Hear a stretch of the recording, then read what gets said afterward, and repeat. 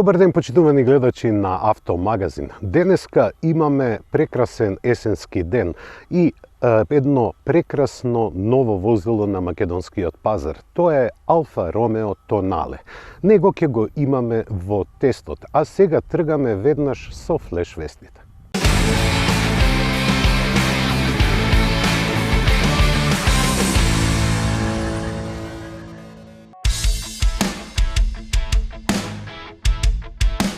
Не се знае колку пари кинезите мореа да избројат за да станат собственици на Астон Мартин, но едно е сигурно.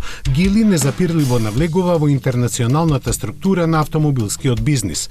Пред некое време британците ја одбија нивната понуда, велејќи дека тоа за постоечките акционери не е атрактивна идеја, но очигледно дека во меѓувреме работите се свртеа за 180 степени. Процентот е скромен, се работи за 7,6% од капиталот на британскиот производител, но значен за насоката во која тој во иднина ќе се развива. Така сега кинескиот автомобилски конгломерат го додаде и името на Астон Мартин на својата листа компании кои ги поседува или во кои има финансиско учество. На неа покрај Volvo, Lotus, Proton и другите е и Мерцедес, каде Гили контролира скоро 10% од акциите.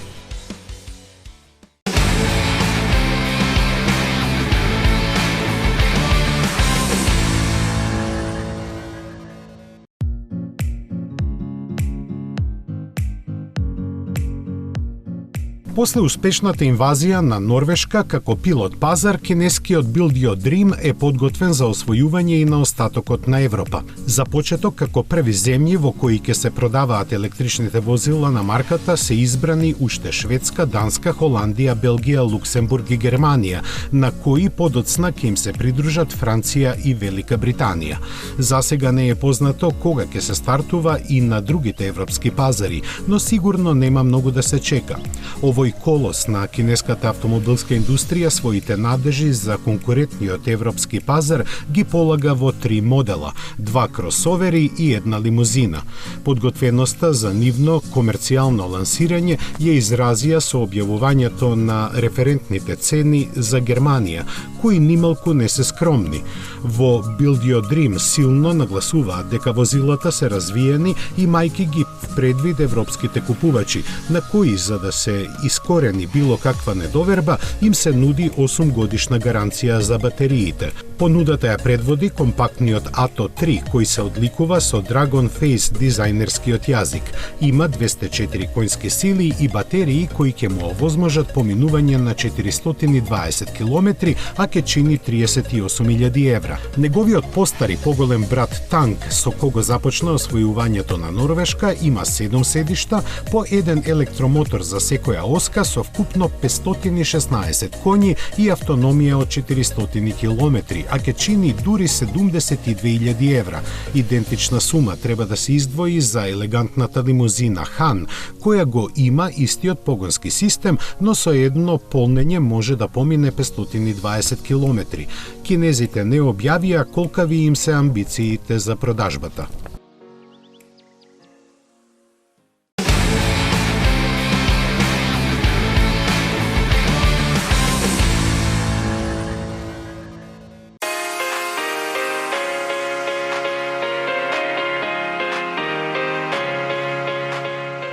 Ферари продолжува со создавањето ексклузивни бутик креации по желба на купувачите.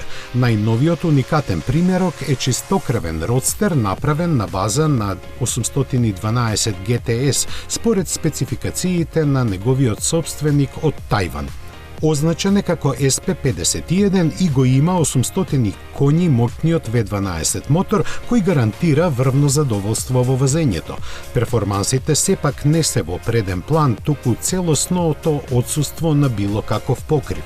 Според дизајнерите на Ферари, ваквата впечатлива автентичност, освен визуелно воодушевува и со својата аеродинамика, прецизно усовршена со симулации во воздушен тунел и динамички тестирања. Се за да се загарантира возбудата што чувството на ветерот и акустиката во возењето ги создаваат. Уште една карактеристика е неговата боја, посебно развиена за овој автомобил, која му дава елегантен, но авторитетен изглед. Тој впечаток дополнително е засилен со синобелата ливреа, инспирирана од легендарниот Ферари 410S од 1955 година, која се протега по целата должина на автомобилот, не прекинувајќи и низ неговата внатрешност. Според програмата за специјални проекти, од која произлегуваат ваквите единствени модели на Ферари, целиот процес за нивна изработка во просек трае околу 2 години.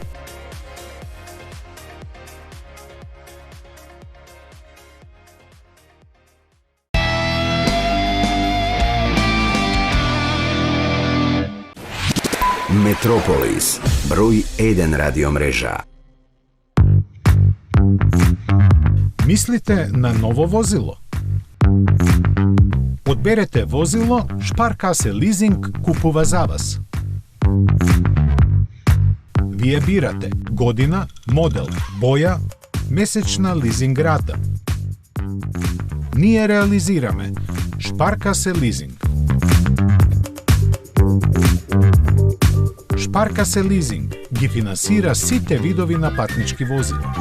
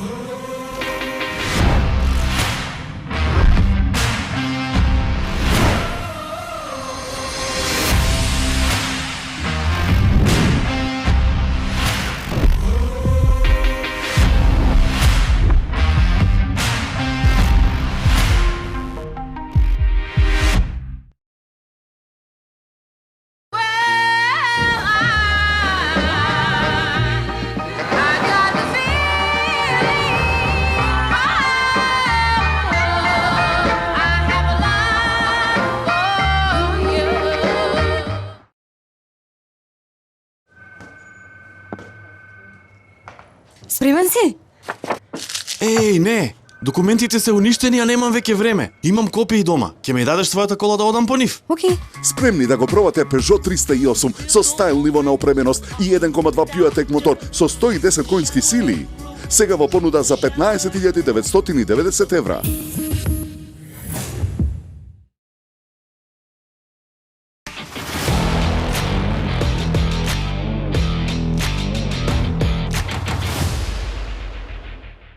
Се случи и тоа. Наместо 8 цилиндри за изведбата AMG се вметна двојно помал бензински мотор. Само 4 цилиндри, но засилени со електропогон, сега C63 AMG располага со повеќе од 600 коњи и секавични перформанси. Модерниот склоп овозможува секавични перформанси, но треба во живо да оцениме дали покрај забрзувањата го има специфичниот резонантен звук кој побудуваше немир и експлозија на адреналин.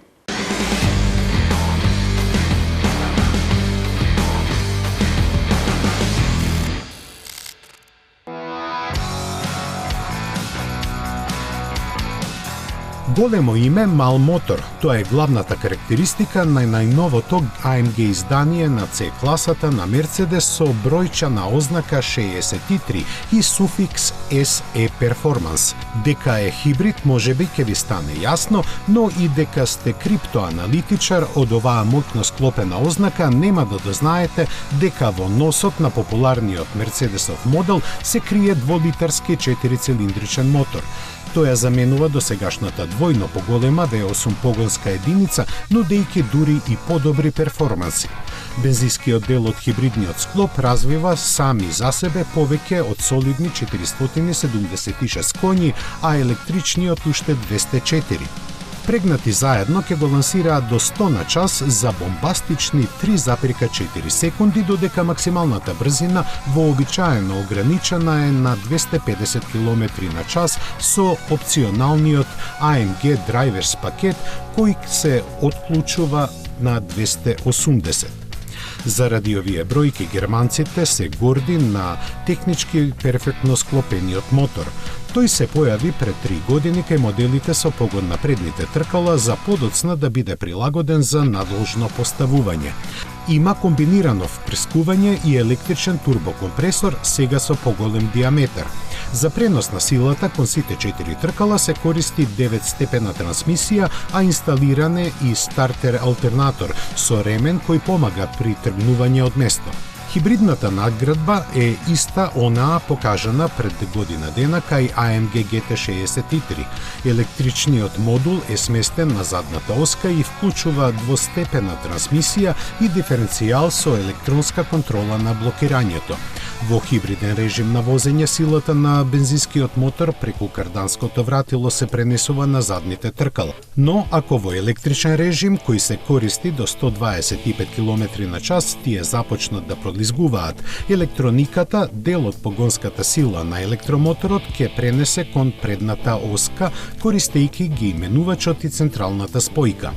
Литиум-ионската батерија, развиена конкретно за AMG моделите, тежи 89 кг и работи со напон од 400 волти. Се дополнува на куќна електрична мрежа, а за неа се обезбедени 4 нивоа регенерација на енергијата. Има скромен капацитет од 6,1 киловат-часа, кој е доволен за поминување на едва 13 електрични километри. Сето ова се одрази на тежината. Новиот хибрид е за скоро 400 килограми подебел од V8 претходникот, но затоа декларираната потрошувачка на гориво е снижена на 6,9 литри на 100 поминати километри.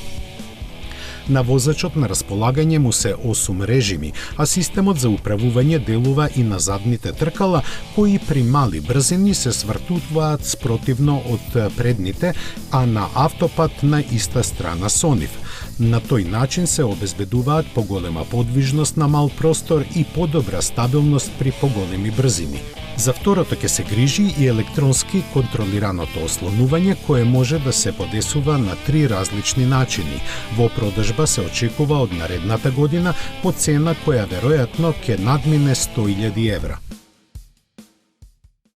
По речиси 2 години за доснување на стариот континент пристигнува X-Trail.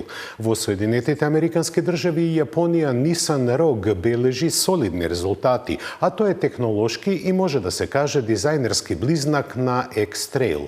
За новата генерација овој кросовер, кој потекнува од марката посветена на електричниот погон, се појавува со турбобензинец кој служи како генератор на струја и полнач на батериите.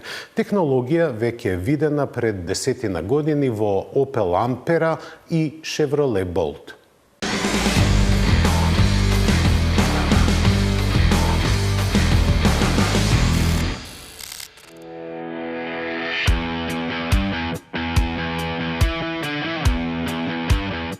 Четвртата генерација на Nissan X-Trail е најавена како следен чекор во електричната офанзива. Тоа заправо му даваат електричните мотори сместени на двете оски, но иако ја црпат својата моќ од литиум-ионска батерија, сепак се избегнуваат полначите за струја. Па како е тоа можно? Одговорот лежи во технологијата која беше комерцијализирана во Opel Ampera. Како генератор на струја служи бензинскиот мотор. Ова резултира со тивко и моќно електрично возење преку една или две електрични погонски оски и на крајот на денот просечна потрошувачка што е помала отколку кај некои плагин хибриди. Но возењето е без емисија само додека полнењето на батеријата го дозволува тоа.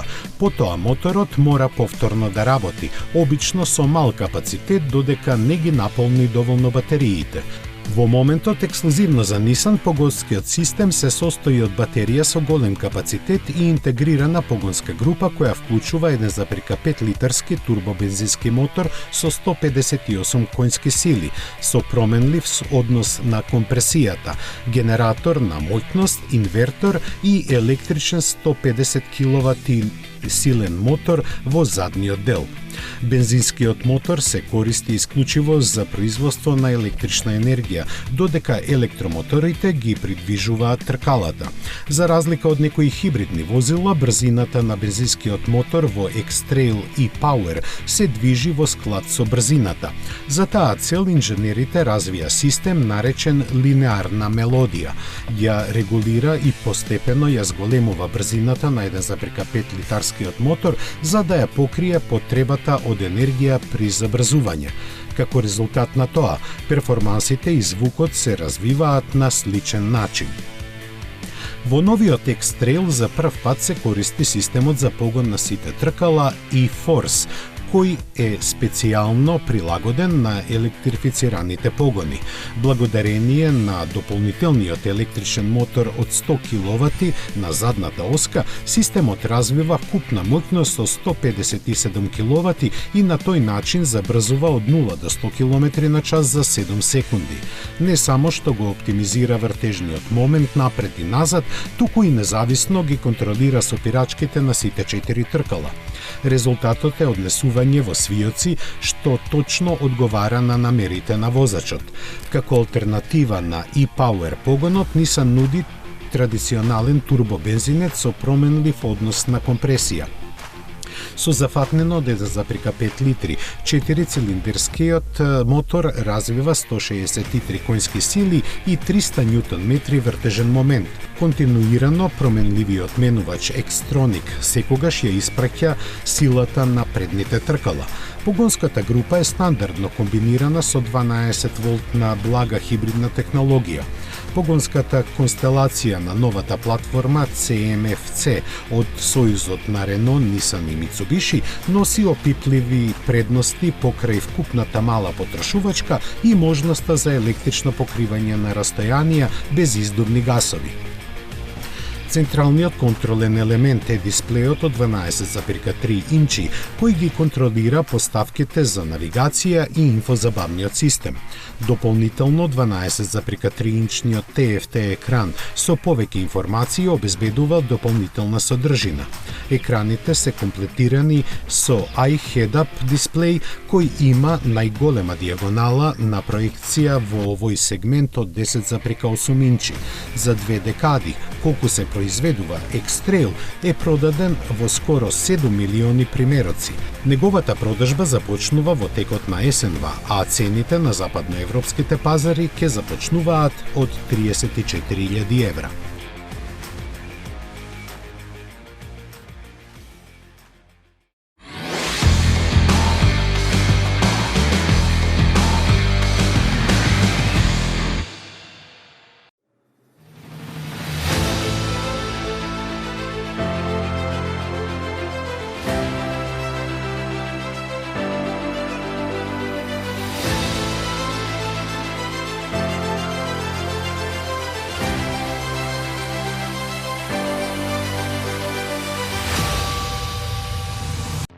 И конечно едно фраерско возило на тест. Алфа Ромео Tonale не е првото спортско корисно возило што ни доаѓа од Милано, но е првото возило кое ќе биде сламка за спас на оваа емотивна италијанска марка. Со неа, производителот сака да се одлепи од малите бројки, па затоа се одлучи да направи спортско корисно возило. Рака на срце, поголемиот дел од каросеријата и подвозјето се превземени од Jeep Compass, но италијаните не би биле италијанци додолку не би направиле посебни мирудии на оваа каросерија. А тие се, пред се, маската на ладилникот која има форма на штит и гордо го држи знакот на Алфа Ромео. Од тука се протега целата линија на предницата, а она што е најкулот се светлосните групи, кои и се врамени со брановидна форма. Па, нивниот отисок никого не остава рамнодушен. Ако гледаме од страна и во детали, има многу други мирудии кои даваат посебен шмек на оваа каросерија. Пред се тоа е надписот специјале кој ја означува опременоста на ова возило. Тоа е поставено на 20-инчни тркала кои се врамени со големи лакови, направени со пластика со висок сјај. Оваа пластика имаат скоро сите кросовери, но италијаните беа доволно мудри да ги направат да делуваат како да се поминати со пијано лак. На задниот дел повторно доминираат светлосните групи кои го имаат истиот потпис како и фаровите. Брановидно врамување кое навечер делува извонредно ефективно. Ние нема да ја возиме навечер Алфа Ромео Тонале, бидејќи немаме време тоа да го направиме. Што се однесува до гепекот, сосема доволен. За 4 патници има простор колку што треба, а во долниот дел има одделувања кои се однесуваат за полагање на ситни предмети. А вистинските изненадувања и емоции доаѓаат во внатрешноста, кога ќе влезете на возачкото седиште. Да видиме што ни нуди внатре. И веднаш на прв поглед се возбудува возачот, бидејќи на инструмент таблата го дочекува прекрасна графика на која е исликана предницата на автомобилот. Одлично место за мобилниот телефон, а она што повторно ги буди емоциите е стартувањето на моторот, бидејќи за разлика од сите други мејнстрим возила и модели кои се продаваат низ светот, само Алфа Ромео има стартување на моторот на самиот волан. Амбиентот е спортски и емотивен, бидејќи на двата монитори, првиот пред возачот и вториот сместен за инфозабавниот систем, е направена графика која оддава не само самодоверба, туку и ве прави да се чувствувате надмен. Алфа Ромео секогаш имала сплет на емоции, на традиција, но и на модерно. Што се однесува до традиционалното, се копчињата на централната конзола, кои се манипулатори за клима уредот. Веднаш во очи паѓа и селекторот за модусите на возење. Ова во Алфа Ромео го викаат ДНА, односно ДНК. Со него можете да контролирате 3 модуси за возење, а како тие функционираат ќе видиме кога ќе го возиме ова возило. Менувачот е направен по теркот на старото школо, а голема емоција пружа и овој дел на инструмент таблата кој навечер свети во бела боја. Доста беше за внатрешноста. Удобноста е на високо ниво и мислам дека ќе имаме доста забава зад управувачот на Тонале.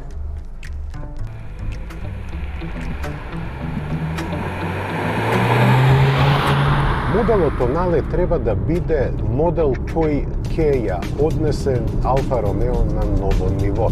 Во последните 10 години Алфа се мачеше со продажбата. Годишно произведуваше нешто помалку од 70.000 автомобили. 1,5 литрен мотор од 130 конски сили кој е подпомогнат од електричен систем. Тоа е благ хибрид од 48 волти, кој има батерија од 800 вати. Тоа не е доволно за движење на струја на подолги релации, но добро е и може да даде некоја екстра сила. Имено, тој добива уште 20 конски сили со вклучувањето на електриката и има вкупно 150 коњи. За жал, ја немам приказката која ја очекувам од Алфа Ромео. Инаку, амбиентот е извонреден, па дури и зад управувачот ги имам големите прекинувачи за менување на брзините.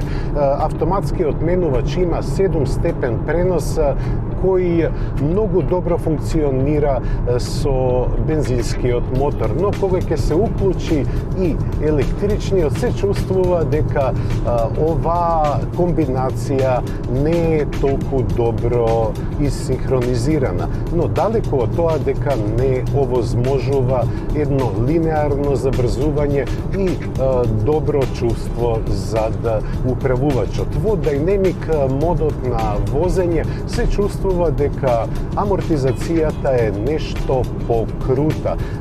Исто така и одговорот на воланот, па возачот има заблуда дека вози спортски автомобил. Но дали е тоа доволно? Секако дека не е. Алфа Ромео Тонале е направена за да биде економична. Но колку може да биде економична со овие габарити и тежина поголема од 1800 килограми?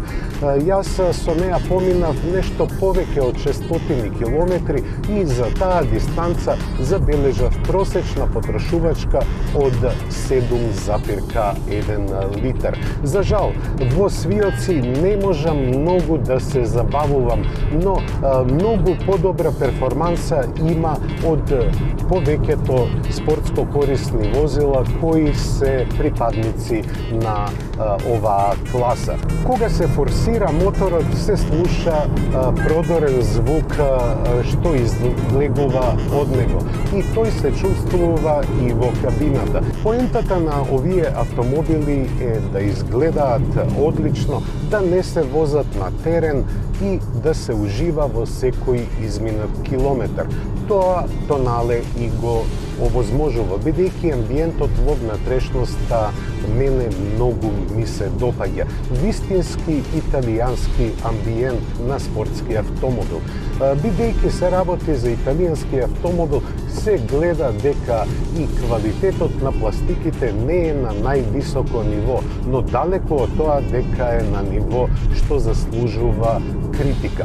Спринтот од 0 до 100 трае. Кога ќе ја стиснете педалата за забрзување до крај, се слуша дека има галама, има бучава, но за жал не се случува чуда. И веќе сум на 100 км на час и ми треба повеќе од 8,5 секунди да ја достигнам таа брзина. Она што ми се допаѓа е што продолжува забрзувањето без никакви проблеми и веќе сум на брзина од 180 км на час. Но тогаш продира силно звукот во кабината. Прекрасно е чувството кога ќе намалите на некои 120-30 км на час на крстаречка брзина на автопат. Тогаш можете да уживате во сите благодети на Тонале, а тој е опремен со многу опрема, па затоа и цената му е онаква каква што е. Во групацијата Stellantis Алфа Ромео доби одврзани раце, се разбира доби и ветер во едрата, односно во финансиите. Но прашање е на нејзиниот опстанок како Тонале ќе помине на пазарот. Ова спортско корисно возило располага со се она што го сакаат модерните купувачи. Има прекрасна опременост, има извонредно име, има многу високо ниво и изразено ниво на возни својства. Но дали тоа ќе биде доволно? Со цена од 49.000 евра, тонале е далеку од ефтин и достапен модел. Неговите конкуренти чинат нешто помалку, но Алфа Ромео никогаш нема да ве остави равнодушна. Не ја можете да ја сакате, не ја можете да ја мразите, не ја можете да ја ставите во друштвото на спортски марки, но и во друштвото на премиум марки. Можете да ја критикувате поради цената, поради возните својства, но можете и да ја обожувате поради нејзиниот стајлинг и изглед. Како и да свртите, нема да останете равнодушни. 49.000 евра не е сума која може секој да ја издвои, но Алфа Ромео не е ниту производ што секој го разбира. Јас се наоѓам на страната на оние кои може да се наречат алфисти. Во мојот живот сум имал Алфа Ромео и знам што може да пружи Алфа Ромео. А јас идам да се забавувам со неа уште малку, а вие уживајте во предстојната работна седмица. Се гледаме за 7 дена во новото издание на Автомагазин. На сите новитети што ќе се случат во меѓувреме, ќе ги најдете на нашиот веб-сайт. Останете во добро расположение и здравје. Се гледаме за 7 дена.